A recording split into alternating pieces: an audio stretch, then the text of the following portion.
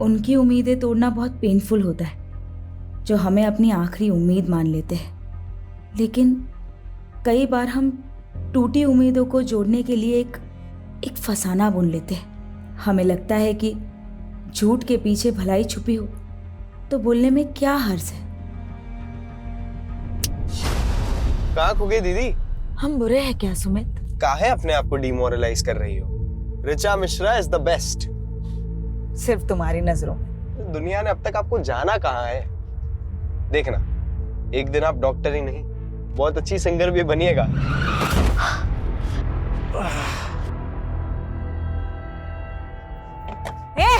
दिखता नहीं है क्या? ओ हीरोइन, लड़की हो ना इसलिए शांत है, वरना तो झापड़ लगाएंगे ना। चल सॉरी बोल और निकल। हम सॉरी बोले? चिल्ला तो ऐसे रही है जैसे किस मांग लिया इससे। ये क्या कर रही हो? हमारी ना खोपड़ी गरम मत कर, साली यही ना चीर देंगे, बता रहे। चल चल पुलिस आई, चल ना चल, देखते बाद में उसको। दीदी बैठो ना यार। ये चाकू दिखा रहे थे। नहीं, अरे बैठो ना।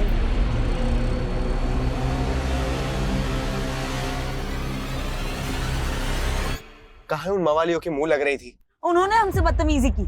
अरे उनका तो काम ही वही है, जुआरी है वो लोग। पीछे कंपनी बाग में इतना बड़ा ग्रुप है उन लोगों का।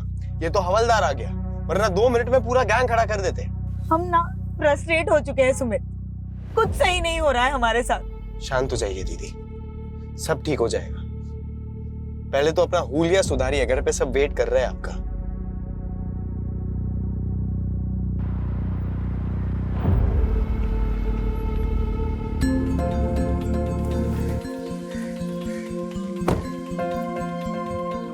नमस्ते माँ, कैसे हैं आप? हम अच्छे, तुम कैसी हो? हम भी ठीक है। वेलकम हो बेटा, वेलकम। कैसे हैं पापा? हम बहुत अच्छे हैं। ये क्या, आपने फिर से शर्ट के बटन ऊपर नीचे लगा लिए? अरे माँ बाप ही मिलते रहोगे या अपने बुआ को भी मिलने दोगे ऋचा से? नमस्ते बुआ। सिर्फ नमस्ते। चाइना से क्या लाई हो हमारे लिए? सॉरी बुआ, हमको तो लगा आपको चाइना का माल पसंद ही नहीं है। आओ बेटा अंदर चलो। हाँ चलो। आज हमको बहुत ही गर्व महसूस हो रहा है कि हमारी बेटी चाइना से डॉक्टरेट करके वापस हिंदुस्तान आ गई। अब हम सब लोग इसको ऑफिशियली तौर पर डॉक्टर ऋचा मिश्रा कह सकते हैं। ये सब तो ठीक है संजीव, लेकिन हमारे मन में एक शंका है। कैसी शंका दीदी? ये जो डॉक्टर की डिग्री ऋचा लाई है ना चाइना से, वो भी कहीं चाइना के माल की तरह फर्जी तो नहीं है? बुआ, आप तो 10वीं तक पढ़ी है, आपको डॉक्टर के स्पेलिंग के आगे तो कुछ आता भी नहीं होगा ना? ए बेटा, ऐसा नहीं बोलते, बड़ी है ना, बुआ है। बुआ है तो क्या हुआ, इनको भी तो सीखना चाहिए ना उस दोहे से। बड़ा हुआ तो क्या हुआ, जैसे पेड़ खजूर, पंथी को छाया नहीं, फल लागे अति दूर।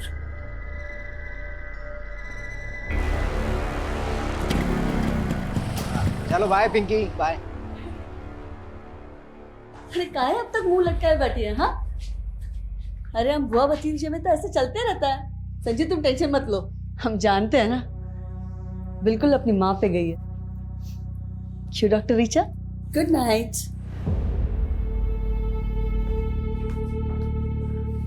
चार साल में पूरा पटना बदल गया, लेकिन ये वैसी की वैसी ही है। अरे छोड़ो, हम तो ध्यान ही नहीं देते हैं, एक कान से सुनते हैं दूसरे से निकाल देते हैं। सीमा, तुम ऐसा बात करोगे तो बच्चे कैसे इज्जत करेंगे दीदी की? इज्जत पाने के लिए ना कर्म करना पड़ता है, और आपका तो आदत है अपना बहन का गलतियों पे पर्दा ढाकने का। भूलो मत, हम दीदी के ही घर में रहते हैं। तो हम कहे थे गांव से यहाँ लेकर आने के लिए, गांव में था ना अच्छा खासा मकान, लेकिन नहीं, आप 28 साल से यहाँ दीदी की सेवा में लगे हुए हो। तो दीदी को क्या बेसहारा छोड़ दें? जानती तो 22 साल की थी कि विधवा हो गई। बहुत दे दिए सहारा, अब अपने बच्चों के बारे में सोचिए।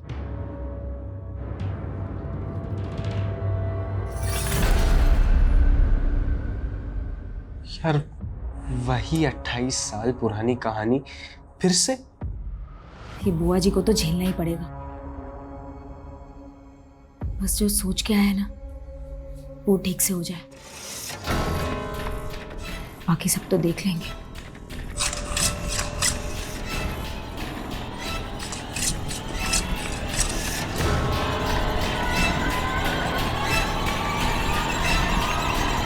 जब से ऋचा ने डॉक्टरेट पूरा किया है ना, हमारा तो मान ही बढ़ गया है। पता है सब लोग क्या कह रहे हैं कि एक मामूली नर्स ने अपनी बिटिया को डॉक्टर बना दिया। अरे वाह, बड़ा दुलार आ रहा है माँ बेटी में। हम आते हैं।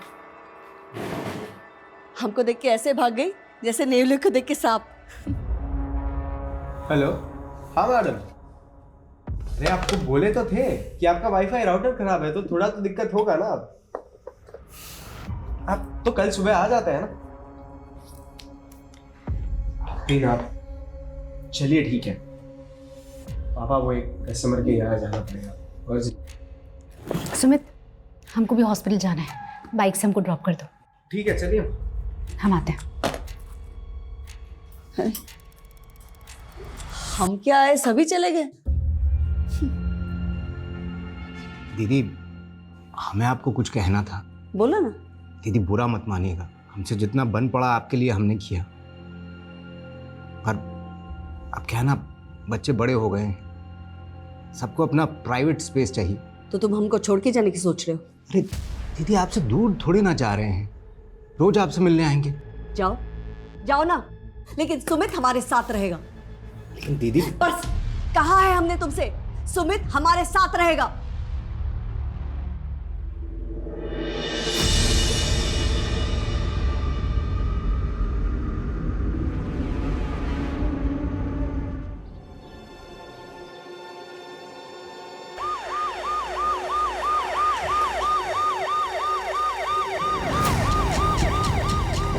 आइए सर।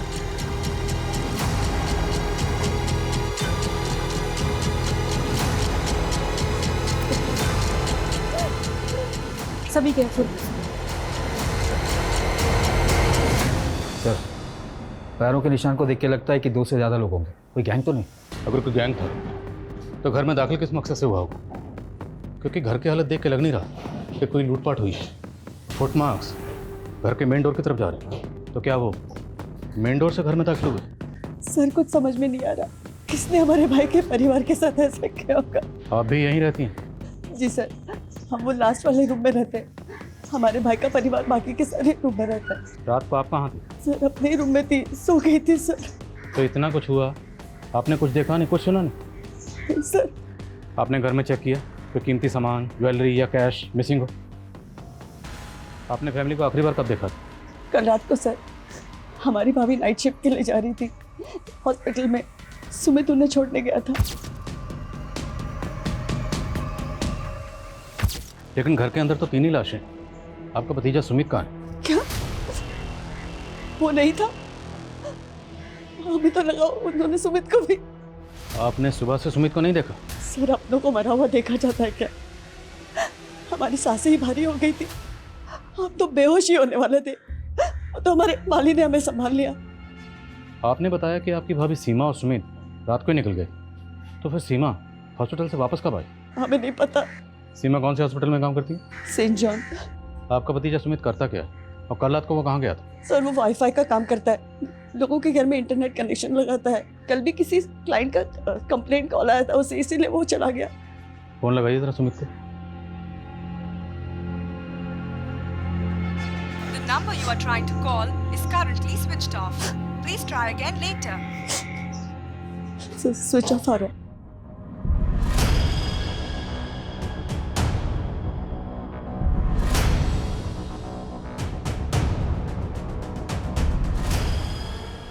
सर कोई मर्डर वेपन नहीं मिला। सर घर में कोई फोर्स एंट्री के निशान भी नहीं है, ना लूट ना चोरी।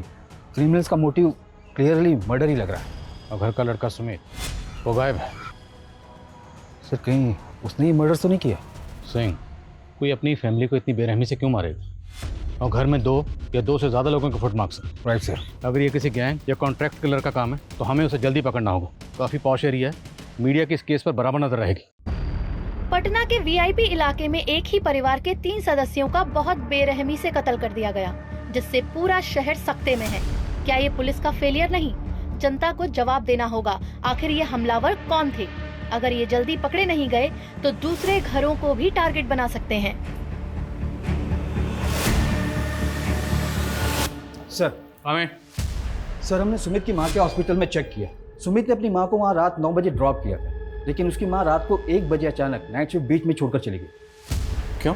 सर सीमा की कलीग का कहना है कि उसके घर से एक इमरजेंसी कॉल आया था और ये कॉल उसके हस्बैंड का था। ऐसी क्या इमरजेंसी थी? सर क्राइम सीन पर किसी भी विक्टिम के फ़ोन भी नहीं मिले। समझ में नहीं आ रहा है कि संजीव ने सीमा को कॉल क्यों किया था रात 1 बजे। उस रात सुमित को भी उसके किसी कस्टमर ने कॉल किया था ना? हाँ सर, उस कस्टमर से भी बात हुई मेरी। उसने बताया कि सुमित रात 11 बजे अपना काम खत्म करके वहाँ से चला गया। तो क्या उसके बाद सुमित घर वापस आया होगा? सर मैंने सुमित के बारे में इंफॉर्मेशन निकाली तो पता चला मुरारी नगर थाने में 2 साल पहले उस पर अबैटमेंट ऑफ सुसाइड का केस फाइल हुआ है। सर 2 साल पहले की बात है। शंकर नाम के एक आदमी का भी इंटरनेट कनेक्शन का बिजनेस था। उसके छोटे भाई संकेत ने सुसाइड किया था। सुमित पर आरोप था कि उसने शंकर के क्लाइंट्स हथियाने शुरू कर दिए थे। इसी वजह से उन्हें बहुत नुकसान हो रहा था और इसीलिए संकेत ने सुसाइड कर लिया। सर केस में कुछ दम नहीं था, इसीलिए सुमित बरी हो गया था।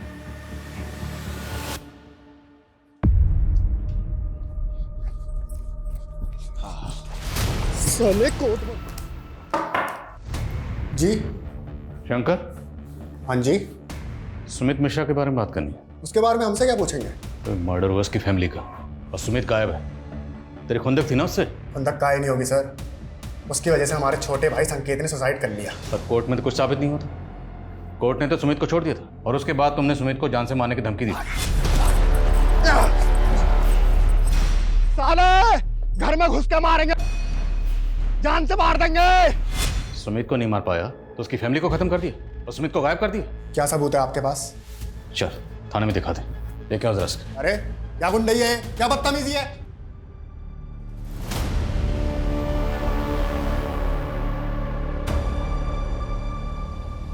लाइए मैडम, हम साफ कर देते हैं। चुप रहो तुम, किसी काम के नहीं रहे। जरा सा भाव क्या दे दिया, सारे काम अधूरे छोड़ रहे हो। 2 दिन से पौधों को पानी दिया? वो मैडम यहाँ पे डेथ हुआ था तो हमने सोचा कि तुमको मालूम है पौधे जब मरते हैं ना तो गाली देते हैं। अब क्या उनकी हाय दिलवाओगे? अरे देख क्या रहो, जाओ ना पानी दो।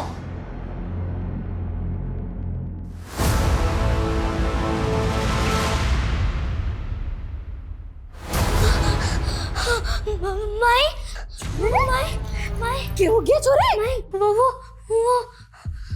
कोई ना है बटे। माई जल्दी बंद कर, नहीं तो बेहतर कुछ जाएगा। ठहर जा, मैं देखूं।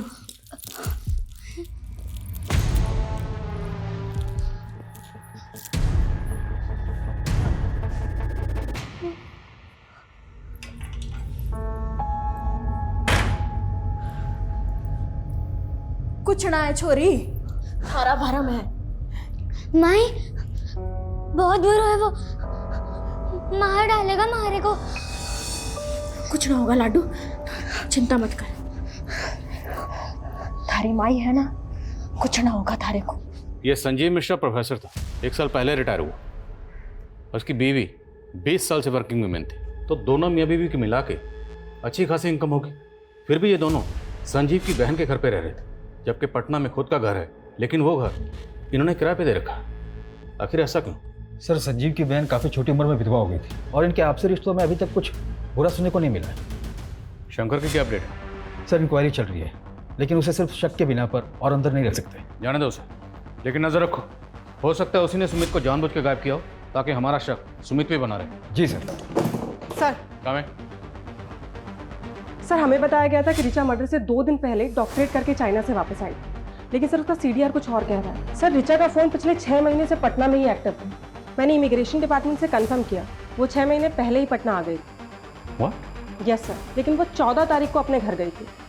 और 2 दिन बाद उसका उसकी फैमिली के साथ कत्ल हो गया। आखिर चक्कर क्या है? और अगर वो 6 महीने से पटना में थी तो पटना में कहाँ थी? सर मैंने पता किया है, वो किसी डॉक्टर गौतम कश्यप के क्लिनिक में प्रैक्टिस कर रही थी। तो मिलते हैं इस डॉक्टर कश्यप से और रिचा की फैमिली की एक एक डिटेल पता करो। शायद इस फैमिली का कोई ऐसा राज है जो अभी तक सामने नहीं आया। अच्छा जा रहे हैं हम। हाँ 1 मिनट, आज फिर उल्टी सर पहन ली? अरे ध्यान ही नहीं रहा, अभी सीधे कर लेते हैं।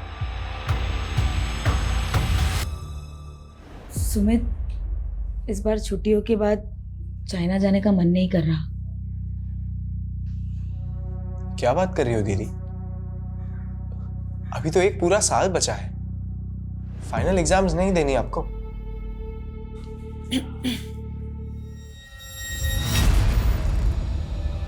हमको तुम दोनों से जरूरी बात करना है। हाँ माँ बोलो। तुम दोनों इस पे साइन कर दो। हाँ सर, डॉक्टर ऋचा मिश्रा हमारे अंडर में प्रैक्टिस करती थी। आप बताएं सर, क्या जानना चाहते हैं? डॉक्टर ऋचा मिश्रा का मर्डर हुआ उसके माँ बाप के साथ। क्या? कब हुआ सर? 16 तारीख को। उससे 2 दिन पहले 14 तारीख को वो बॉन्डिंग कॉलोनी में अपने घर पर पहुंची। उसके घर पर फंक्शन था। सबको यही लगा कि वो सीधा चाइना से डॉक्टरेट करके उसी दिन पटना पहुंच गई। सर 1 मिनट सर, आप कह रहे हैं पटना में घर? सर ऋचा ने तो हमें बताया था कि वो मसूरी की रहने वाली है। इवन 13 तारीख को हमसे कह रही थी कि हमें अपने घर मसूरी जाना है। लेकिन सबको तो यही लग रहा था कि वो चाइना से डॉक्टरेट करके आई है। आपके यहाँ कब से प्रैक्टिस कर रही थी? सर यही कोई 6 मंथ से। उसने हमें भी कहा था कि हम चाइना से डॉक्टरेट पढ़ के आए हैं, और उसे अपॉइंट करने से पहले हमने उसकी डिग्री और डॉक्यूमेंट्स भी चेक किए थे। तो आपके पास उस डिग्री और डॉक्यूमेंट की कॉपी तो होगी? जी सर। डॉक्टर ऋचा मिश्रा की सर डिग्री।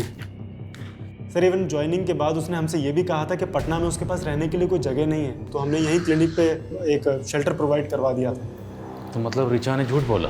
हमें तो टैलेंटेड लगती थी सर।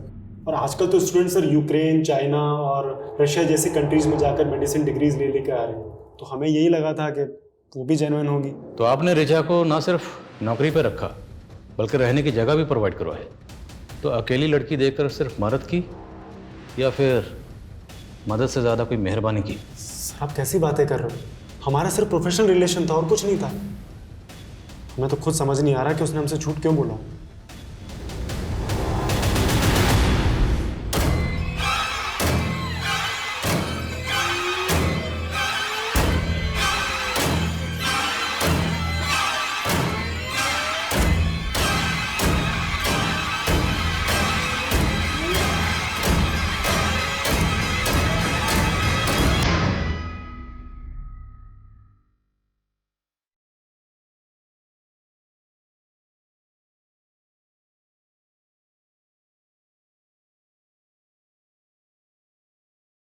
छुरी बहुत बड़ी गलती की मैंने थारे को अंग्रेजी दवा देख के।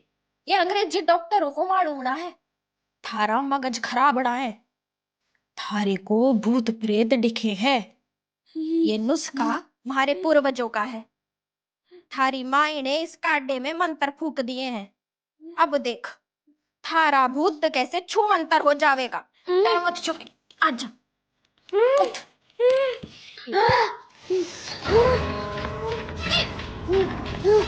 ठीक ना होने देगा हमारी छोरी को। अरे मैं भी पक्की जादूगरनी हूँ। ठीक करके ही मानूंगी हमारी छोरी को। सर इतना तो क्लियर है कि 4 साल पहले ऋचा ने चाइना के इसी इंस्टीट्यूट में एडमिशन लिया था और वो 3 साल तक वहीं पढ़ रही थी। लेकिन सवाल ये है कि अगर ऋचा पिछले 6 महीने से पटना में रह रही थी तो पिछले 6 महीने से अपने माँ बाप से दूर क्यों रह रही थी, वो भी माँ बाप को बिना बताए? 14 तारीख को ऋचा अपने माँ बाप के पास आई और 16 तारीख को ऋचा और उसके माँ बाप का कत्ल हो गया। और 16 तारीख से ऋचा का भाई सुमित गायब है। वो कहाँ गायब है कुछ पता नहीं चल रहा। सर ऋचा की बुआ के मुताबिक 14 तारीख को सुमित ही ऋचा को एयरपोर्ट से लेकर आया था। तो मुमकिन है कि सुमित जानता होगा कि ऋचा पिछले 6 महीने से पटना में थी। सर पोस्टमार्टम रिपोर्ट के मुताबिक ये सारे मर्डर उस रात 3 से 6 बजे के बीच में हुए थे और सुमित को आखिरी बार उसके कस्टमर के घर देखा गया था रात को 11 बजे। उसके बाद वो कहाँ गया कोई ट्रेस नहीं मिल रहा है। और पोस्टमार्टम रिपोर्ट के मुताबिक मर्डर वेपन क्या रहा होगा? सर पोस्टमार्टम डॉक्टर का कहना है कि संजीव और सीमा की बॉडी पे जिस तरह के जख्म मिले वो कोई यू शेप का धारदार हथियार होगा। यू शेप धारदार हथियार क्या होगा? सर हम ऋचा के मूवमेंट चेक कर रहे थे तो एक ट्रैफिक पुलिस से इन्फॉर्मेशन मिली है। 14 तारीख को ऋचा और उसके भाई की गाड़ी 2 बाइकर से टकराई थी। सर उन दोनों लड़कों ने ऋचा और उसके भाई पे हमला करने की कोशिश भी की।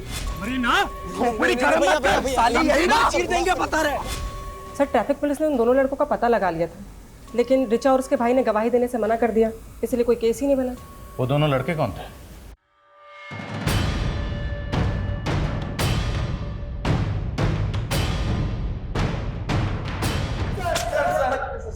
सर हमने किसी का मर्डर नहीं किया सर। हम तो बस वहाँ पे चोरी करने गए थे सर। चोरी करने गए थे? हाँ सर, वो भी उस लड़की के कहने पे। कौन लड़की? ऋचा, वो डॉक्टर।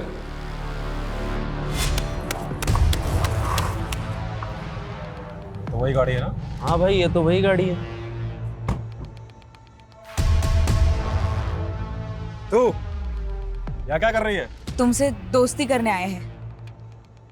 दोस्ती? हमारा एक काम करोगे? उस काम के लिए हम तुम्हें पैसे भी देंगे। सर उसने बोला था कि 16 तारीख की रात को उसके घर पे जाकर सोने और कैश के साथ साथ उसकी डॉक्टर की डिग्री भी चोरी कर लेना। लेकिन सर हम जब वहां पहुंचे तो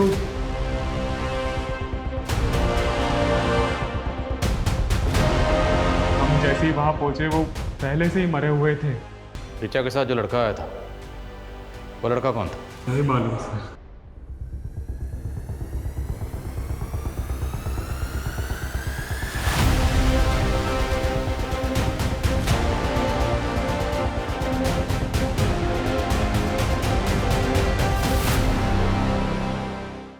सर इन लड़कों पर यकीन तो नहीं किया जा सकता, लेकिन ऋचा के बारे में जो बातें अब पता चल रही है वो इनकी कहानी पे यकीन करने पे मजबूर कर रहा है सर। पर सवाल ये है कि ऋचा अगर वाकई अपनी डिग्री चोरी करवाना चाहती थी तो क्यों, किस मकसद से? सर हो सकता है वाकई ये दोनों किसी के कहने पे कहानियां बना रहे हो, शायद शंकर। ये दोनों किसी लड़के का भी जिक्र कर रहे हैं जो ऋचा के साथ था। वो लड़का कौन होगा? और अगर मान लो ऋचा गहनों और पैसों के साथ अपनी डिग्री भी चोरी करवाना चाहती थी तो चोरी तो हुई नहीं, मतलब डिग्री अभी भी वहीं होगी।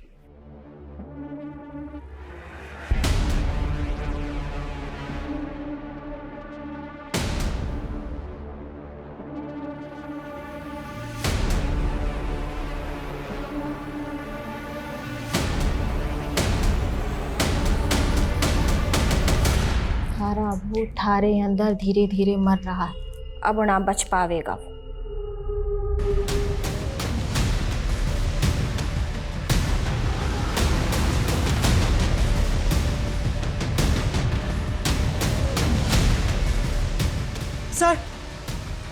सर ये देखिए।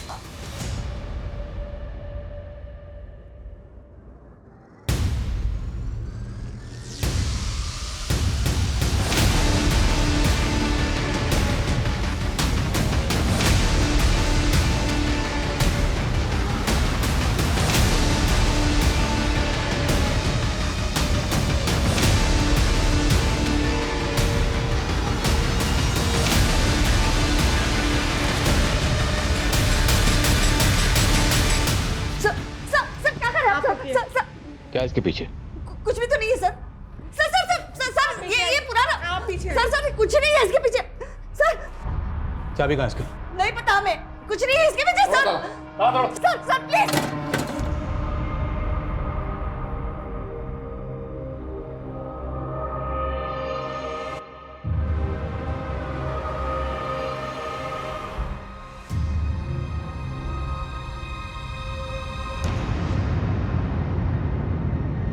हमें नहीं पता सर वो कंकाल उस कमरे में कैसे आया।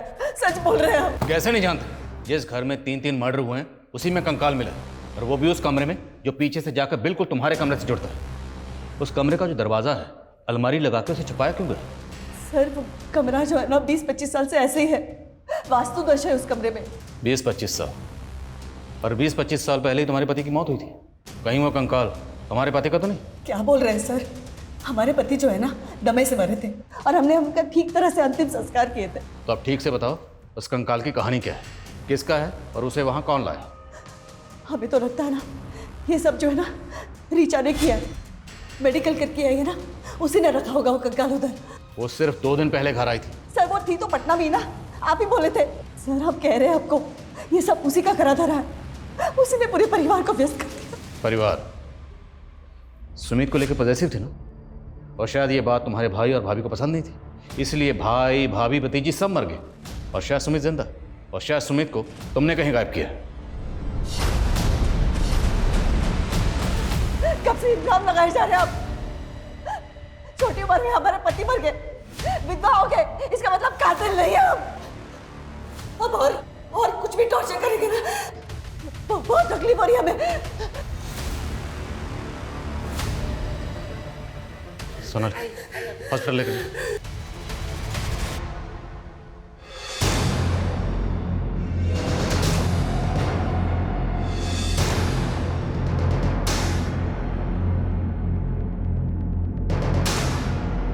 सर एंटीफ्रॉड डिपार्टमेंट ने ऋचा की डिग्री की ऑथेंटिसिटी चेक की है, कंफर्म ये डिग्री फेक है। सवाल यह है कि ऋचा ने फेक डिग्री क्यों बनवाई, और जय और प्रदीप के मुताबिक ऋचा इस डिग्री को चोरी करवाना चाहती थी, क्यों? कहीं दोनों लड़के हमें घुमा तो नहीं रहे? सर इन लड़कों से उस लड़के का स्केच बनवाते हैं, हो सकता है कि इस कहानी का कनेक्शन उस लड़के से जुड़ा हो।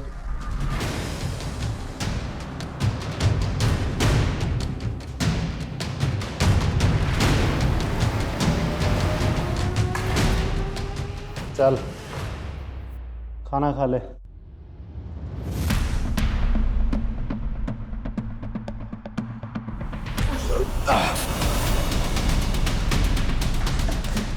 छोड़ो मुझे। ताज्जुब की बात यह है कि ऋचा जैसी साधारण लड़की ने एक इंटरनेशनल यूनिवर्सिटी की सिर्फ फेक डिग्री नहीं बनवाई, बल्कि इस डिग्री की बुनियाद पर वो डॉक्टर कश्यप के यहाँ प्रैक्टिस भी कर रही थी। जाहिर सी बात है ऋचा ने ये डिग्री किसी फेक डिग्री बनाने वाले गिरोह से बनवाई हो। तो सर आपको ये लग रहा है कि ये सारे मर्डर्स फेक डिग्री की वजह से हुए? इस गिरोह को ढूंढना हमारी रिस्पॉन्सिबिलिटी, क्योंकि इस गिरोह ने सिर्फ एक फेक डिग्री तो नहीं बनाई होगी, और भी डिग्रीज बनाई होंगी, और उन डिग्रीज को लेके बाकी लड़के लड़कियां अलग अलग जगह पे डॉक्टर बनके प्रैक्टिस कर रहे होंगे। ये लोगों की जान के साथ बहुत बड़ा खेल हो रहा है। हम इस एंगल में काम करते हैं। और हमें सर जिस अलमारी में हमें डिग्री मिली थी उसमें ये एफिडेविट मिला है सर, और नीचे सुमित और ऋचा का साइन भी है सर। तुम दोनों इसमें साइन कर दो। इस एफिडेविट के मुताबिक सुमित और ऋचा कभी बच्चा पैदा नहीं करें। एक तरफ अंजलि अपने भतीजे सुमित को ही अपनी प्रॉपर्टी का वारिस समझती थी, और दूसरी तरफ दोनों भाई बहन से ऐसा एफिडेविट साइन करवाया गया। आखिर इस फैमिली के पास इतनी क्या दौलत थी जिसके नॉमिनी ये दोनों भाई बहन थे? ये मिश्रा फैमिली क्या थी कुछ समझ में नहीं आ रहा। माँ, अभी तक तो हमारी मैरिड लाइफ शुरू भी नहीं हुई है और अभी से आप हमें बच्चे पैदा करने के लिए ना बोल रही हो। हम पागल नहीं हैं, लेकिन तुम्हारे पापा का जनरेशन में ना दिमागी प्रॉब्लम है। तुम्हें पता है तुम्हारे चाचा जी एबनॉर्मल थे, सुसाइड किए थे। तुम्हारे दादाजी बुढ़ापे में तुम्हारे पापा जी जैसे हो गए थे। और हम अपने हॉस्पिटल में सीनियर डॉक्टर से इसके बारे में बात की।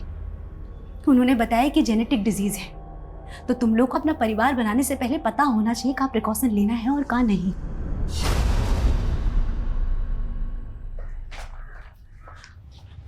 सर जय और प्रदीप ने इस लड़के की स्केच बनवाई है जो कि उस ऋचा के साथ। सर मैंने ऋचा के CDR को भी चेक किया, उसमें एक नितिन नाम के लड़के का नंबर मिला। सर ये नितिन की फोटो है और ये स्केच दोनों मैच कर रही है। जय और प्रदीप ने भी कंफर्म किया कि यही वो लड़का था जो कि उस दिन ऋचा के साथ। हाँ सर हमने ऋचा को पहले ही कहा था कि उन लड़कों से ऊटपटांग काम ना करवाए, पर उसने एक नहीं सुनी। और सर सच बताए तो हम उसके साथ जाना भी नहीं चाहते थे, पर उन लड़कों से उसे अकेले बात करने में बहुत डर लग रहा था, इसलिए हमें जाना पड़ा। तो जानता था ना कि ऋचा ने उन दोनों को, प्रदीप और जय को, घर पे बुलाया था? सर सच बता रहे हैं, हम कुछ नहीं जानते। तुझे पता था ना कि ऋचा चाइना से पटना वापस आ गई तो उसने फेक डिग्री बनवाई? कहाँ से बनवाई थी? तूने मदद की थी? नहीं सर, हम तो पहले से ऋचा के इस कदम के खिलाफ थे, पर वो बहुत प्रेशर में आ गई थी क्योंकि वो फेल हो गई थी। नितिन, हम तो डॉक्टर बनना ही नहीं चाहते थे, हम तो सिंगर बनना चाहते थे। लेकिन हमारे पेरेंट्स, जब से हमने होश संभाला ना, कूट कूट के दिमाग में भर दिया कि हमें सिर्फ डॉक्टर बनना है। ऋचा, पर तुमने कोशिश तो की थी ना। अब तुम फेल हो गई तो कोई बात नहीं, एक बार फिर से ट्राई करो। 45 लाख का खर्चा किया है उन्होंने हमें चाइना भेजने के लिए। किस मुंह से कहे कि हम फेल हो गए? फिलहाल ना फेक डिग्री का जुगाड़ कर लेते हैं, फिर कुछ कमा लेंगे और उस कमाई से हमारा डॉक्टरेट पूरा कर लेंगे। सर ऋचा ने अपने फैमिली प्रेशर में आके कभी कोई सही डिसीजन लिया ही नहीं। उसे तो हमेशा यही डर लगा रहता था कि गलती से अगर उसकी फेक डिग्री पकड़ी गई तो उल्टा और फंस जाएगी, इसलिए वो उसे चोरी करवा के टेंशन फ्री होना चाहती थी। Tension free? उसी फेक डिग्री को दिखाकर वो डॉक्टर के यहाँ प्रैक्टिस कर रही थी। आई नो सर, पर किसने किया, कब किया, क्यों किया, उसके पेरेंट्स का किसने खून किया, सर हमें कुछ नहीं पता। ऋचा का भाई सुमित कहाँ है तो जानता होगा ना? सर हम कुछ नहीं जानते, हम सच बता रहे हैं।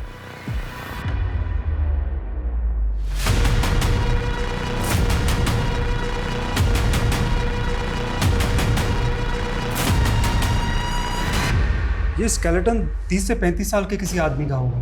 जब इसकी मौत हुई होगी तकरीबन यही उम्र रही होगी इसकी। और मौत कब हुई होगी? यही कोई 5 से 7 साल पहले। पर हमें तो लगा कि स्केलेटन वहाँ इससे भी ज़्यादा सालों से रखा गया होगा। क्योंकि हमें जब स्केलेटन मिला उस वक्त इस पर काफ़ी धूल जमी हुई थी। लेकिन सर हमें उस धूल और मैल की लेयर के नीचे एक ऐसी लुब्रिकेंट की लेयर मिली है जो आमतौर पर स्केलेटन को प्रिजर्व करके रखने में इस्तेमाल होती है। तो मिश्रा हाउस में वो कौन था जो स्केलेटन को प्रिजर्व करके रखना चाहता था?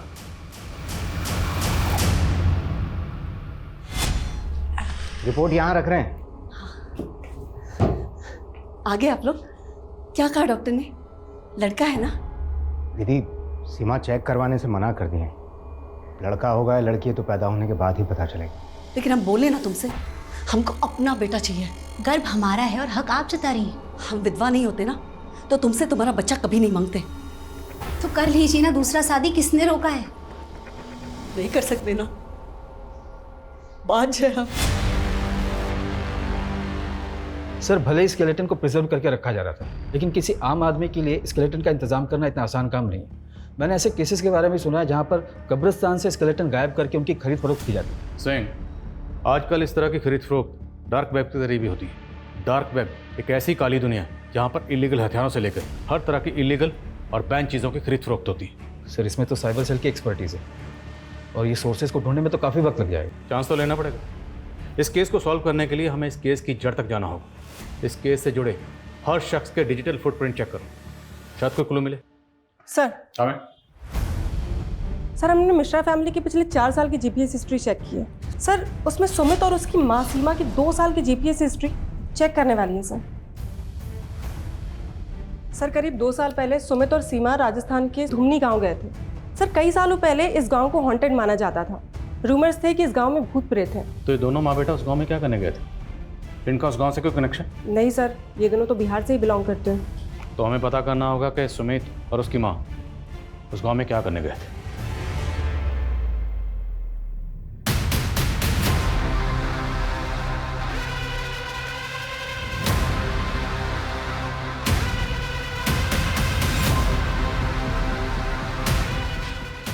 सर ये सरपंच की माँ है। सीमा और सुमित को इन्होंने आइडेंटिफाई किया। प्रणाम माता जी। सब मारे को अच्छे से याद है। वो छोरा और उसकी माँ यहाँ मारे को मिलने आए थे। माँ जी, गोमांती और लुमानी कहाँ रहते हैं बता पाएंगी क्या? अठेरे। धन्यवाद। गोमंती और लामनी? हाँ साहब, वही गोमंती और लामनी जिनका भूत 50 साल से फिरे हुए हैं। बड़ी अच्छी बेटा थी बेचारी माँ बेटी की, जादूगरनी वैद्य जो कह लो। लेकिन गांव वालों को लगता था कि गोमंती काला जादू करती थी और फिर गांव में कुछ लोगों ने उनको मार दिया और उनकी आत्मा भटक गई। सर 50 साल पुरानी माँ बेटी की मर्डर की कहानी जो कि काला जादू करते थे। भला सुमित और उसकी माँ इस कहानी को इतने डिटेल में जानने के लिए इंटरेस्टेड क्यों हो गए? अगर देखा जाए तो इंटरनेट पे इस घटना के बारे में पूरी जानकारी होगी। फिर भी सुमित और उसकी माँ इस घटना के बारे में जानने के लिए पर्सनली इस गाँव में आए और 2 साल बाद सुमित की माँ सीमा, उसके फादर संजीव और बहन ऋचा का मर्डर हो गया, और वो भी इतने ब्रूटल तरीके से। सर इस क्राइम का ना ही कोई मोटिव समझ में आ रहा है और ना ही ये कि ये किया किसने। आई थिंक वो शायद इसलिए क्योंकि अभी तक हम इस केस को रेगुलर तरीके से इन्वेस्टिगेट करते आ रहे हैं। क्यों ना हमें इस केस को देखने का नजरिया बदले। नजरिया बदलेंगे तो तहकीकात बदलेगी और तब शायद कोई क्लू हाथ लगे।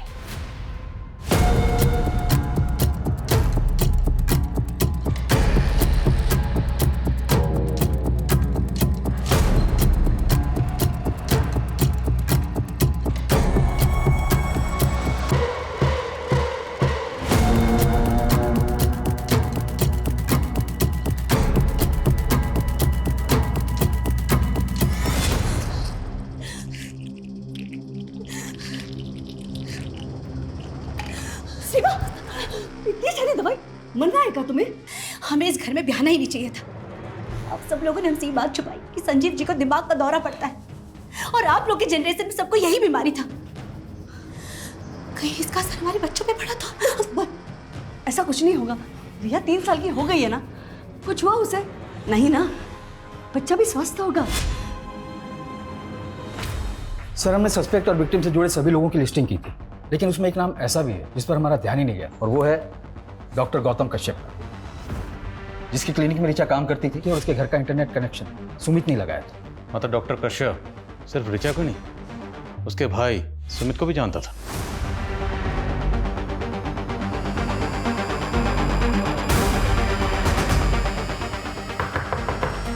डॉक्टर कश्यप,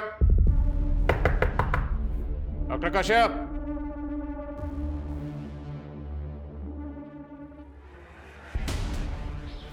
दरवाजा तोड़ो।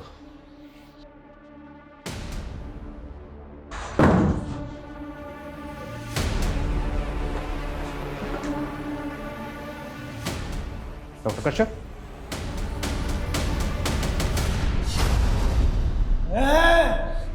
अगर माँ बेटी ने अलग करवा की कोशिश की तो काट फेंक दो रे। निकलो उठा सा, निकलो उठा सा, कश्यप निकलो उठा सा, निकलो उठा सा। 50 साल से माँ बेटी जुदा हाँ, और अब जमाना फिर से अलग करवो चाहो हाँ? मैं काट फेंक दूंगी। छोड़ो मुझे। सुमित, सुमित, क्या बात कर रहे हो डॉक्टर गौतम? पिछले जन्म में हम लड़की थे।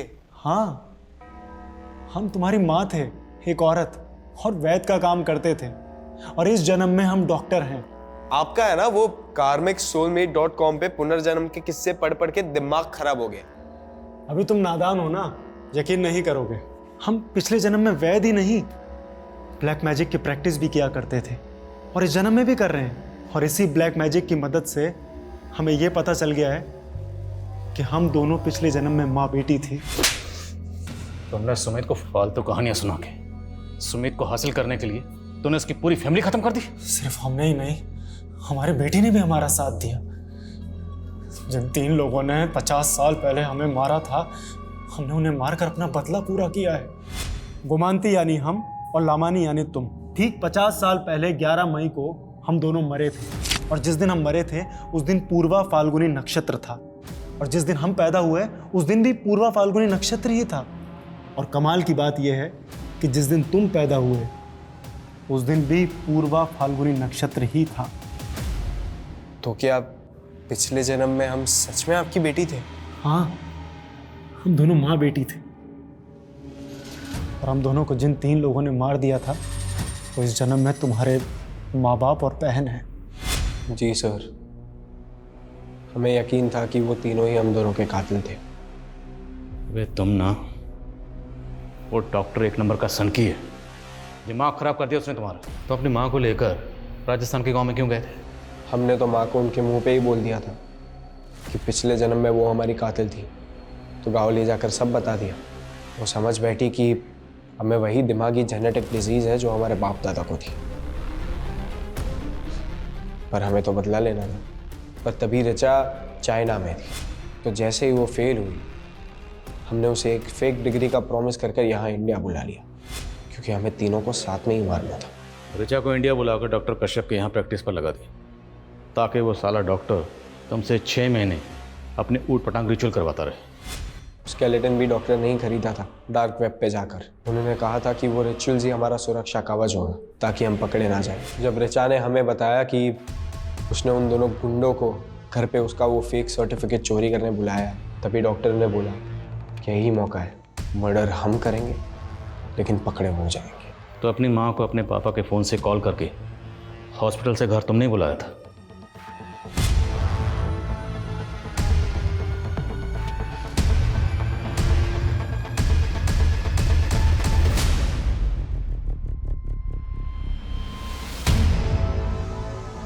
मार, सोच क्या रहा है?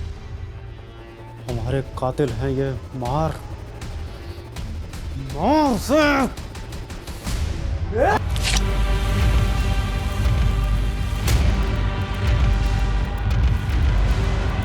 माँ,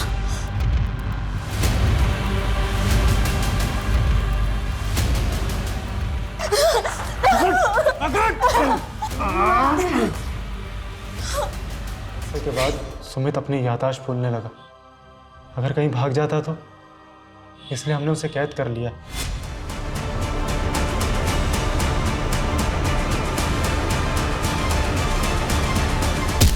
हम उसे बार बार याद दिलाते हैं कि हम उसकी माँ हैं और वो हमारी बेटी। संकी, तूने अपने पागलपन के चक्कर में एक पूरी फैमिली को खत्म कर दिया। एक बच्चे को ऊटपटांग पास सुनाकर उसका पूरा फ्यूचर बर्बाद कर दिया तूने।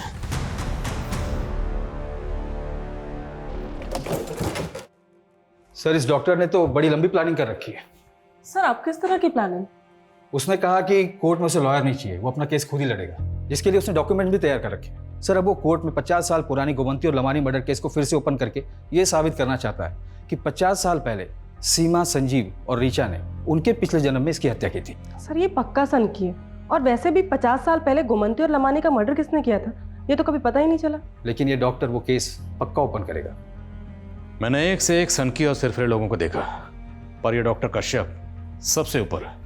ये दुनिया ऐसे ऐसे अजीब और ख़तरनाक लोगों से भरी पड़ी है, इन्हें समझने और पहचानने में लोग अक्सर धोखा खा जाते हैं और सुमित और उसके परिवार की तरह का शिकार बन जाते हैं। लोगों को ऐसे सनकी और सरफिरे लोगों से सतर्क और सुरक्षित रहने की ज़रूरत है।